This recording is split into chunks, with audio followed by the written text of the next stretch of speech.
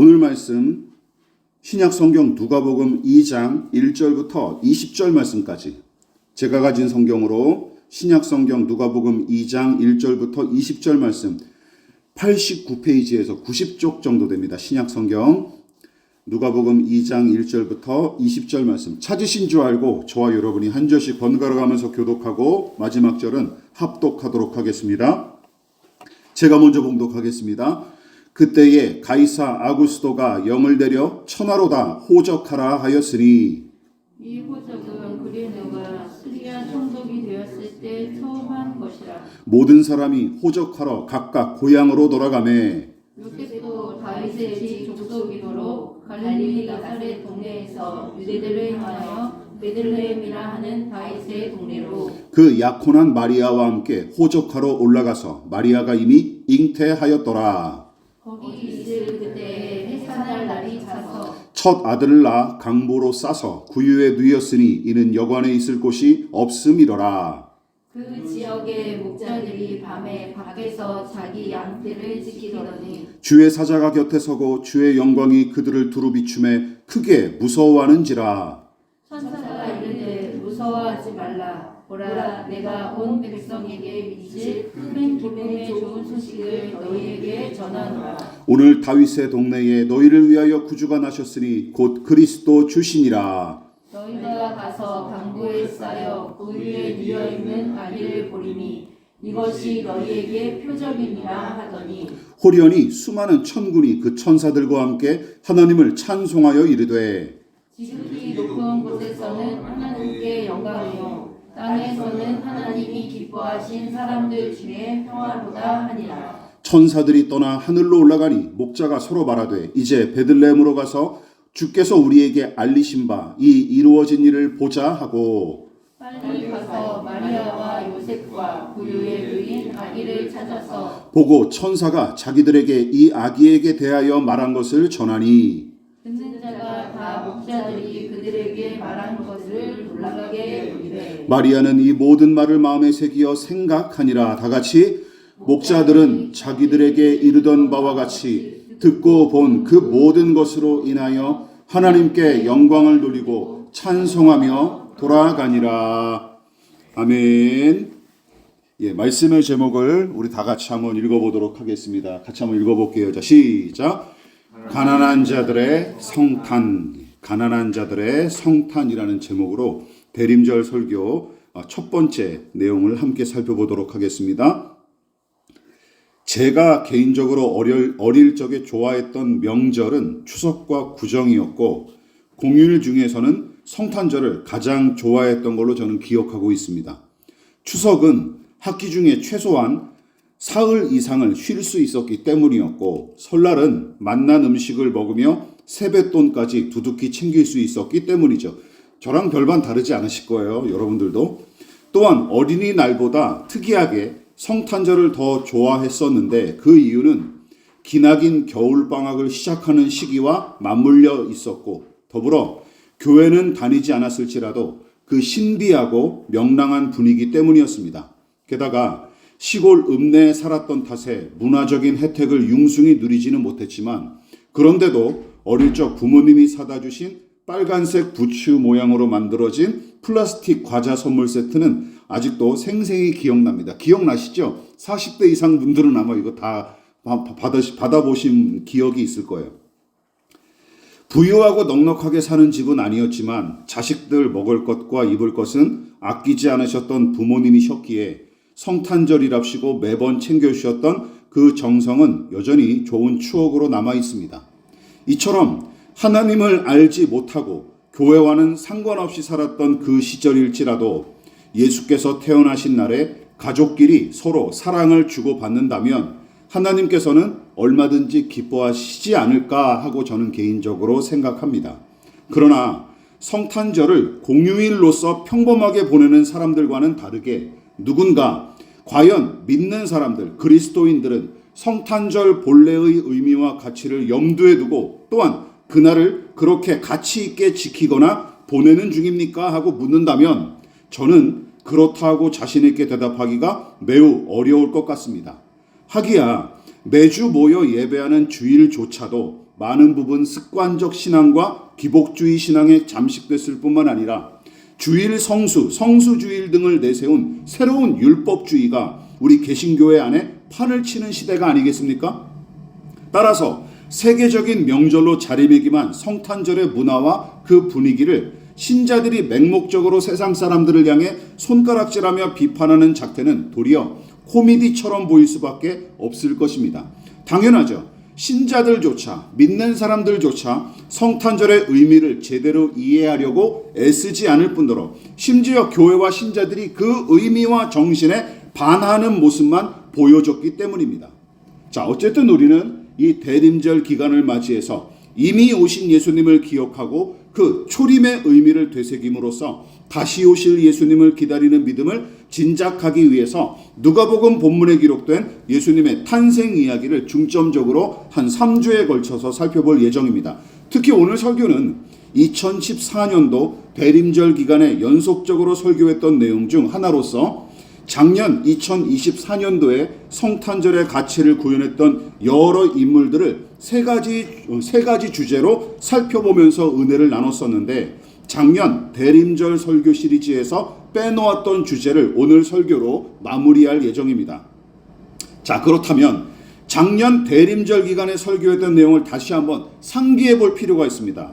첫 번째 성탄절을 맞이했던 사람들, 다시 말해 성탄의 복을 처음 누린 사람들은 누구이고 그 성탄의 정신은 어떤 사람들을 통해 나타났습니까? 작년에 이것을 시리즈로 한번 살펴봤어요. 성탄은 누구의 성탄? 시작! 순종하는 자들의 성탄입니다. 하나님의 계시에 순종하여 처녀의 몸으로 잉태한 마리아와 그녀를 용납한 요셉, 양떼를 두고 베들레헴으로 달려갔던 목자들, 또한 먼 여정의 고단함을 마다치 않고 왕의 별을 쫓는 수고를 감당했던 동방의 박사들, 그리고 한 가지 명령을 붙들고 평생 순종했던 시므온, 다 기억나십니까? 모두 희생을 감수하면서까지 주의 뜻에 순종했던 사람들입니다. 누구보다 여러분 예수님이야말로 순종으로 이 땅에 오신 분이 아니겠습니까? 따라서 성탄을 저는 다른 말로 순종의 날로 불러도 마땅하다라고 생각합니다. 성탄의 주인공이 순종으로 오셨고 또한 성탄의 잔치에 초대받은 사람들도 순종의 사람들이기 때문이죠. 그러므로 순종으로 오신 예수님의 탄생을 진정으로 축하하는 방법은 무엇이다? 말씀에 대한 순종이라는 것이죠. 자, 두 번째, 또한 성탄은 누구의 성탄? 시작! 기뻐하는 자들의 성탄입니다. 여러분, 도무지 부정할 수 없는 성탄의 주된 정서 중 하나는 바로 기쁨이라는 것입니다. 그래서 예수 탄생은 그야말로 하나님의 신비한 지혜이죠. 왜냐하면 오직 믿음으로만 기뻐할 수 있는 사건이기 때문입니다. 당연하죠. 작은 육체에 가려진 신성과 그 은혜의 결정체는 오직 믿음의 눈을 가진 사람들만 알아보고 기뻐할 수 있기 때문이죠. 2000년 전 베들레헴에는 반짝이는 트리와 선물 꾸러미, 산타와 루돌프와 재미있는 발표회는 없었지만 여러분, 거기에 모인 사람들은 세상 누구보다 기뻐했습니다. 즉 성탄의 풍경 자체는 너무나 볼품없고 초라했지만 구세주로 오신 예수님이 거기에 계셨기에 거기 모인 사람들은 진심으로 기뻐할 수 있었던 것이죠. 마지막으로 성탄은 누구의 성탄입니까? 시작! 경배하는 자들의 성탄입니다. 동방의 박사들은 준비해온 값진 예물을 예수님께 바쳤고 목자들은 손해를 감수하고 아기 예수님을 찾아가 무릎을 꿇고 경배합니다. 또한 목자들은 물론이고 경건한 시므온과 여선지자 안나도 예수님을 아기 예수님을 안고 찬송하며 경배했죠. 즉 이들은 아기 예수 앞에 자신을 낮추고 경배한 사람들인 것입니다. 이처럼 성탄의 복은 주의 말씀에 순종한 사람들, 아기 예수님을 알아보고 기뻐하는 사람들에게 임했으며 더불어 아기 예수를 경배하고 그를 보내신 하나님을 찬양하는 사람들에게 주어졌던 것입니다. 무엇보다 기억하십시오. 자신을 낮추고 예수님을 높이는 이 경배의 행위는 예수님의 탄생을 다른 아기의 출생과 구분짓는 유일무이한 잣대이자 특징인 것입니다. 신자들이 성탄절에 예배하는 이유가 바로 여기에 있습니다. 그래서 제가 크리스마스 이브의 그 행사는 진작에 우리 교회에서 안 하고 있지만 성탄절 예배를 중단하지 않는 이유는 바로 여기에 있는 것입니다. 이날을 예배하는 날로 지키자라는 것이죠. 즉 성탄의 자리에 모인 사람들은 한 아기의 탄생을 기뻐하고 축하한 데서 그치지 않고 하나님을 경외하는 마음으로 아기 예수님 앞에 조아려 경배했던 것이죠. 무엇보다 2000년 전 베들레헴에서 태어난 그 아기를 경배해야 할 하나님의 아들로 믿는 것이 바로 우리 기독교 신앙이 아니겠습니까? 그리고 그것이 여느 공휴일과 명백하게 구별되는 성탄절만의 특징인 것입니다. 그런데 그게 끝이 아니죠. 첫 성탄의 자리에 초대받은 사람들의 공통점과 함께 이 기쁨의 날이 지닌 특징을 또 한 가지 살펴볼 필요가 있습니다. 자, 그렇다면 성탄은 어떤 사람들에게 임했고 그날은 어떤 특징을 지녔습니까? 첫 성탄은 여러분 기억하십시오. 가난한 자들에게 임했다는 공통점이 또한 있습니다. 다시 말해 첫 성탄은 그야말로 누구의 성탄? 같이 읽어볼게요. 시작. 가난한 자들의 성탄이었던 것입니다. 다시 말해 누가복음 본문은 가난한 자들 곁으로 임하시고 그들과 함께 하신 성탄의 풍경을 아주 분명하게 보여주고 있죠. 여기서 가난하다는 말은 물질적으로 궁핍하여 생활이 어렵다 하는 뜻도 포함하고 있지만 그보다는 더 포괄적이죠. 당시 유대 사회에서 소외당했던 약자들을 통틀어 표현한 말이라고 할 수 있습니다.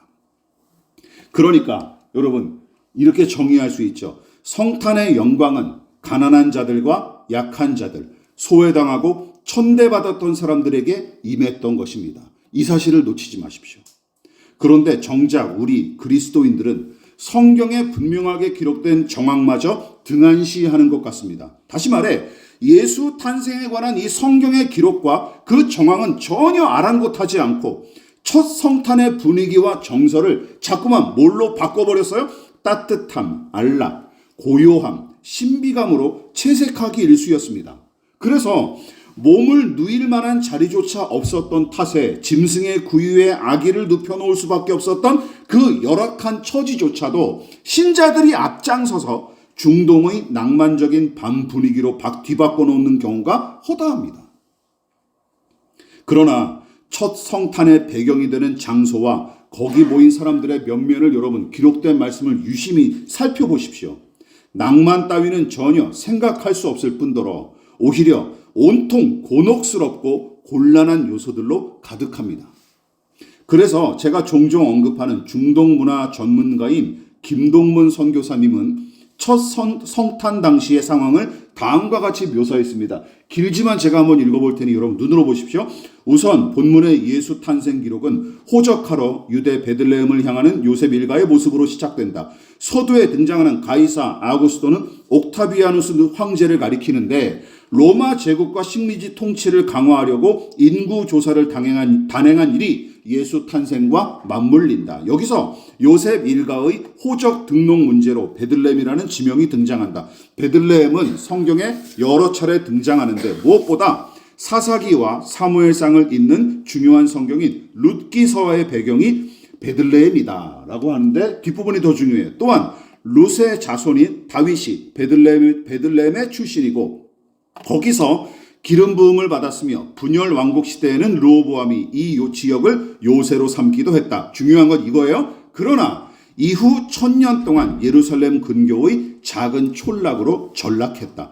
예수 탄생 당시의 예루살렘 인구는 대략 3만 명 정도인데 반해 베들레헴 인구는 대략 300여 명 정도였으니 100배가량 차이가 나는 작은 마을이었다라는 것이죠.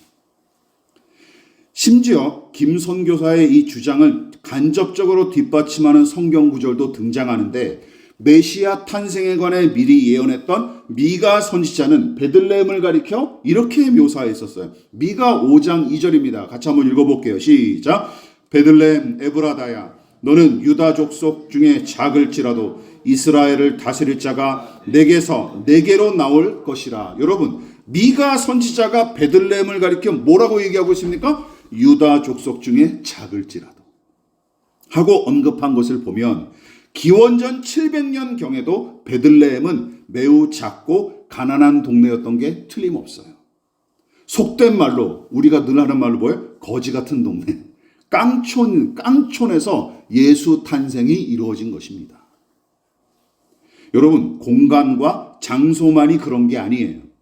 육신의 부모인 요셉과 마리아도 가난하고 비천한 처지였습니다. 본문 24절을 볼까요? 같이 읽어보겠습니다. 시작. 주의 율법에 말씀하신 대로 산비둘기 한 쌍이나 혹은 어린 집비둘기 둘로 제사하려 함이더라. 예수님이 이제 정결 예식을 갖기 위해 난지 8일 만에 이제 예루살렘에 올라가서 이제 세례를 받는 장면이죠. 산모가 아기를 출산하고 난 뒤 40일이 지나면 정결 예식을 치르면서 제물을 바쳐야 했는데 율법은 가난한 자들의 처지를 고려하여 양이나 소나 양 대신 비둘기를 바치도록 명령했었습니다. 그 규정을 잘 보여주는 구절이 레위기 12장에 등장해요. 같이 한번 읽어볼게요. 자, 시작. 이는 아들이나 딸을 생산한 여인에게 대한 규례니라. 그 여인이 어린 양을 바치기에 힘이 미치지 못하면 산비둘기 2마리나 집비둘기 새끼 2마리를 가져다가 하나는 번제물로 하나는 속죄 제물로 삼을 것이요. 자, 그러니까 원래는 하나님께 양이나 소로 제물을 바치는 것이 기본이에요. 기본값인데 그조차 마련하지 못할 정도로 가난한 사람들이 있지 않겠습니까? 그러면 산비둘기나 집비둘기를 바치도록 명령을 했고, 그보다 더 어려운 형편에 놓인 사람은 밀가루를 바치도록 했어요. 밀가루를. 그럼 밀가루를 바치지 않았으니까 부유하다고 얘기할 수 있습니까? 이건 말도 안 되죠. 틀림없는 한 가지 사실은 요셉과 마리아 부부는 양과 소를 바칠 만큼 부유하지 못했던 것은 틀림없습니다. 그렇죠? 무엇보다 하나님께서 당신 자신만큼 사랑하고 소중히 여기시는 유일한 독생자를 왜 하필 가난한 목수의 아들로 태어나게 하셨는지 알다가도 모를 일입니다. 그뿐만이 아니죠. 예수 탄생을 축하하러 온 동방의 박사들은 어떠합니까? 그들은 점성술사나 점쟁이 혹은 천문학자들로 일컬을 수 있지만 사실은 유대인들이 혐오하는 이방인들 아니겠습니까? 예, 요즘 미국 사람들이 트럼프를 비롯한 미국 극우 세력들이 이방인들을 혐오하고 있죠. 똑같은 거예요. 예. 이방인 점쟁이들이 유대인 아기를 둘러싸고 축하하는 광경은 여러분 유대인들 보기에는 너무나 민망한 광경이었을 거예요. 또한 천사의 계시를 듣고 아기 예수를 보러 온 목자들도 마찬가지입니다. 여러 번 강조하여 지적했다시피 그 당시 유대인들은 양치는 일 자체를 허드렛 일로 여겼기에 목동을 저급한 부류로 취급하여 배척했고 심지어 고용주로부터 품삯을 받고 일하는 사꾼 목자들은 아예 천민처럼 취급했습니다. 천민으로 취급했어요. 기억하십시오. 이처럼 첫 성탄의 드라마는 탐탁하지 않은 출연 배우들로 가득합니다. 도깨비란 드라마 아시지 않습니까? 도깨비란 드라마가 제목과는 다르게 출중한 외모와 신기한 능력을 소유한 주인공들과 더불어 흥미로운 이야기 전개를 앞세워 큰 인기를 모았었는데 첫 성탄의 드라마는 죄다 껄끄러운 인물들만 등장할 뿐입니다.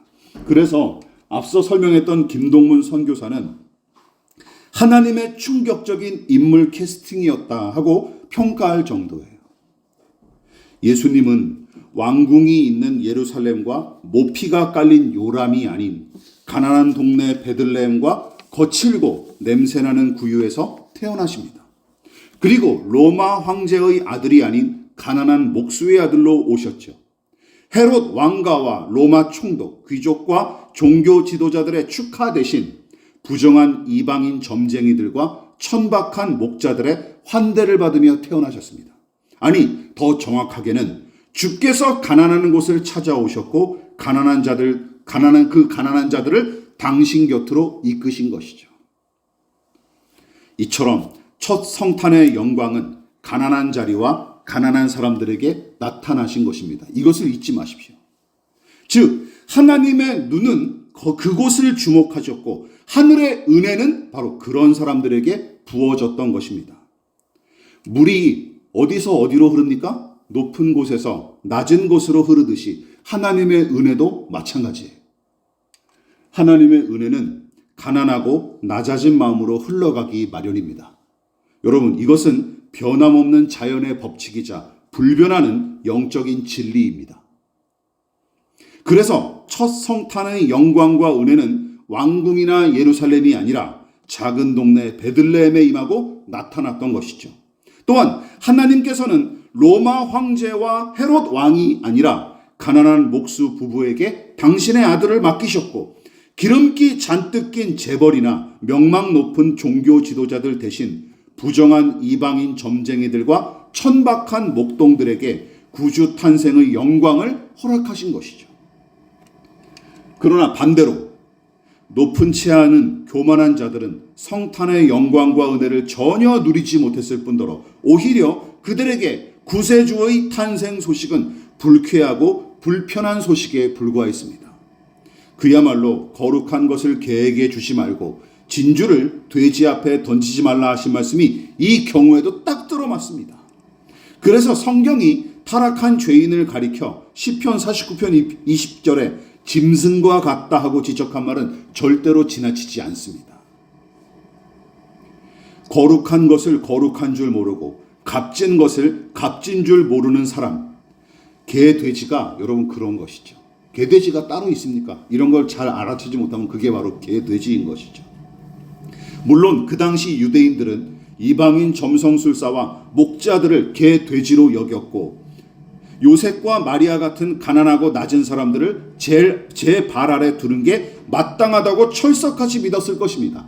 반대로 웅장한 성전과 헤롯 왕궁이 자리 잡은 예루살렘이야말로 하나님께서 임하실 만한 성스러운 장소라고 믿었으며, 많은 돈과 높은 지위를 가진 자들이야말로 하나님께 복을 받은 사람으로 확신했을 것입니다. 그러나 그들은 은혜의 왕이자 구원의 주인으로 오신 예수님을 정작 알아보지 못했고, 도리어 교만에 사로잡힌 표독스러운 눈으로 내내 그분을 배척했으며, 나중에는 억울하게 누명을 씌워 십자가에 못 박아 죽여버렸습니다. 또한 탐욕의 기름기가 잔뜩 낀 귀로는 하나님의 음성을 절대로 들을 수 없습니다. 여러분 기억하십시오. 하나님의 음성은 누구에게 들려옵니까? 오직 가난한 마음만이 거룩하신 하나님의 아들을 보게 하고 존귀하신 예수 그리스도의 음성을 듣게 하는 것입니다. 그래서 동방의 박사들은 가난해진 마음의 눈으로 왕의 별을 발견했던 것이고, 목자들의 가난한 귀는 구주 탄생의 소식을 천사를 통해 들으며 기뻐할 수 있었던 것이죠. 무엇보다 가난했던 요셉과 마리아는 천사를 통해 하나님의 계시를 보고 들었으며, 성령으로 잉태된 성자 예수님은 두 사람의 가난한 몸과 마음에서 무럭무럭 자라나셨습니다. 우리는 그렇게 생각하지 않습니까? 헤롯이나 시저의 아들로 태어났으면 더 융숭하게 그리고 건강하게 더 자라났을 것 같은데, 오히려 예수님은 이 가난한 부부에게서 무럭무럭 성장하셨습니다. 그렇다면 답은 명료해집니다.